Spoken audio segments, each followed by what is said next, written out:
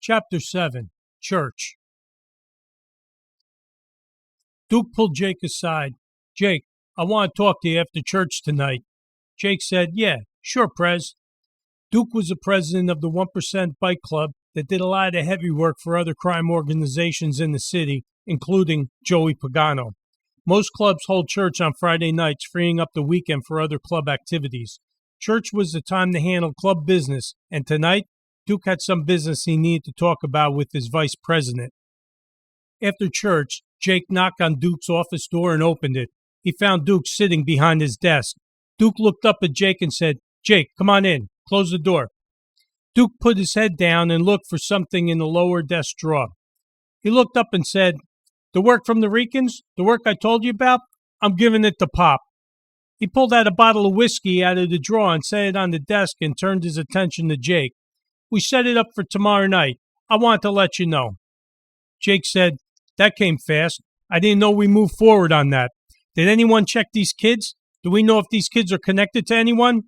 Duke answered, "I know, it came quick, but the Ricans want it done, and we have the one kid set up for tomorrow night. I made the Ricans pay up front. They agreed, but we have to get it done tomorrow night. They're afraid these kids are going to run." Jake said, "I just want to be sure the Ricans don't fuck us and get us involved with some connected kids. Puglisi? That kid's name? It's old fucking Guinea. How do we know he's not connected? Can't we ask Joey Pagano? I mean, these kids without any help jack the Ricans? I'm not buying it." "Jake, I thought the same thing. The Ricans assure me these kids aren't connected. The Ricans told me the kid who brought the car to Camacho's was a nigger. Those kids aren't with any Guinea crew, not with a nigger they're not.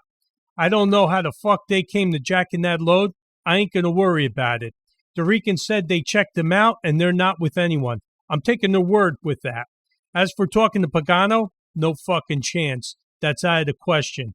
Pagano wouldn't jack the Ricans. He wouldn't get involved in that. If he jacked them and it got out of hand and his bosses found out that he was working dope, he'd be in some fucking shit. He didn't jack them." Jake listened but held his ground. "I'm not saying Pagano did it. I'm just saying he can tell us if those Guinea kids are connected. Prez, taking the Ricans on their word when our ass could be on the line with those Guineas? I don't know. I mean, do we want to do that? What if they're full of shit, the Ricans? They need this done. They're not going to tell us if those kids are connected.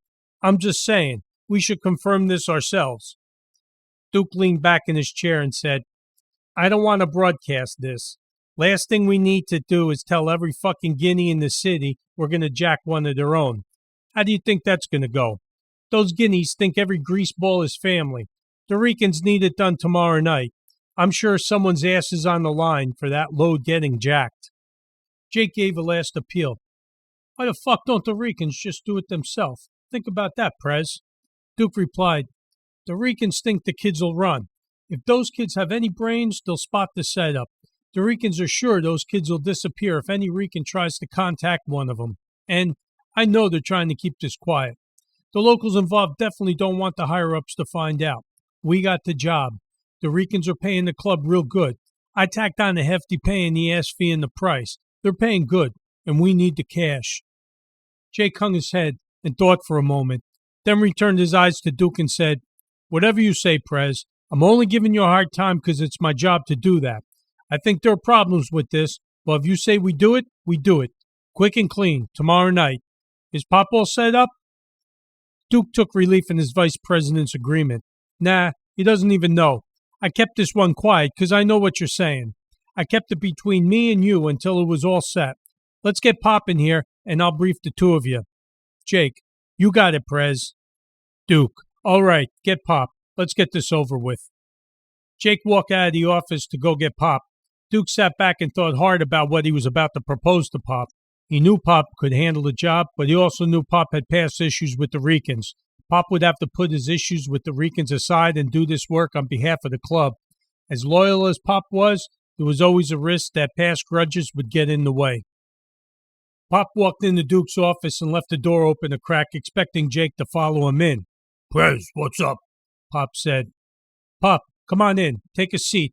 Duke pointed at a bottle of whiskey. "Want a drink?" "Oh, shit. Am I gonna need one?" "No." Duke sat back in his chair behind his desk. "It's nothing like that. Nah, then thanks anyway. Pop sat down across the desk from Duke. Jake walked into the office and took one last look out into the clubhouse. Then he closed the office door. Pop looked back at Jake, who took a position at the door. Pop turned back to Duke and asked, "What's this all about, Prez?" Duke got right into it. "We got some work. It's from the Ricans." "Fuck the Ricans. Now I need that drink." Pop's issue with the Ricans were considered ancient history, all but forgotten by everyone except Pop. What happened in the past still stuck in his side like a knife. Duke grabbed the bottle of whiskey and 2 glasses. He blew in the glasses to clean them out. He poured 2 drinks, after which he looked up at Jake, held the bottle, and asked, "Want one?" "Nah, Prez," Jake replied. Pop turned and looked at Jake as if he was surprised to see him still at his position at the door. "What the fuck do they want?" Pop asked as he turned back and reached for the glass of whiskey. "Simmer down, Pop," Duke said. "We got some work to do." "Heavy?" Pop asked right before he gulped down the whiskey. "Shouldn't be." "Ah." Pop grunted and clunked the glass down on the desk. "What we got?" Duke got into it. A few days ago, one of the delivery trucks got hit by some kids. They hit him coming out of Mr. Car Repair. The driver took a route down an alley, and the 3 kids hit him. They had a blocking car waiting in the alley, and a van went in behind the delivery van. 3 kids, just a few years out of high school, jacked a whole load. Pop said, 3 kids? Shit. Make 'em prospects. They got balls." Duke rubbed his eyes with both hands, then let out a breath and said, "Yeah, balls, but maybe not so much for brains." Duke looked up at Jake, then back at Pop. After they jacked the van, the one kid takes the blocking car to, of all fucking places, Camacho's. Pop turned to Jake and took a good laugh, which Jake didn't return. Then Pop turned back to Duke, and Duke added, "Can you believe that shit? The Ricans have all their men looking for these kids, and one rolls the car right into Camacho's." Pop choked on his laugh and said, "I'm going to need another drink." Duke poured 2 more drinks. Then he looked up at Jake, offering a glass one last time. Jake stood by the door seriously and nodded no. "Ah." Pop grunted. "So what the fuck do Ricans want?" Pop clunked his glass down. "They want us to drop some fucking kids?" "No, the Ricans led us to one of the kids. They want us to jack the load back. Paid good money to the club to do it. We're going to do it. Jack the load back. It's set up like a sale, but we're not buying it. We're going to jack it." Pop sobered up. "Prez, I'm on board with you. You know that. I could have helped you set it up." Duke spoke to Pop, but looked up at Jake. "Well, I used it for a test on that prospect you brought in." Duke and Jake locked eyes. Jake realized how little he knew and how far Duke went without telling him. That was a risky move. A prospect working club business. Jake didn't show any surprise, but in his mind, he was absolutely not on board. Pop said, "Jimmy's in on it?" He saw Duke looking at Jake and turned to Jake and found him locked in the stare with Duke. Pop turned back to Duke. "Why didn't you tell me?" Duke looked at Pop and said, "I didn't want Jimmy to get any support. I want to see what he's got. He did good. He got to one kid. Got him to go for a sale at Rosie's Bar tomorrow night. Jimmy does good on this, and I'm telling you now, I'll back you with this prospect." Pop said, "Well, thanks, Prez. Even if you told me, I could have stepped aside. Let Jimmy show you what he's got." Duke replied, "No, you wouldn't. Tell me what Patch would step aside when his prospect is tested." From the door, Jake showed no outward interest, but he listened to every word. The more he heard, the more he thought that this was how war started. This is what it looks like right before there's either a bloodbath or everyone's door gets rammed in by the ATF. This was sloppy fucking work. The president just put the whole club at risk. Duke looked at Pop, then at Jake. "Hey, want to piss your pants?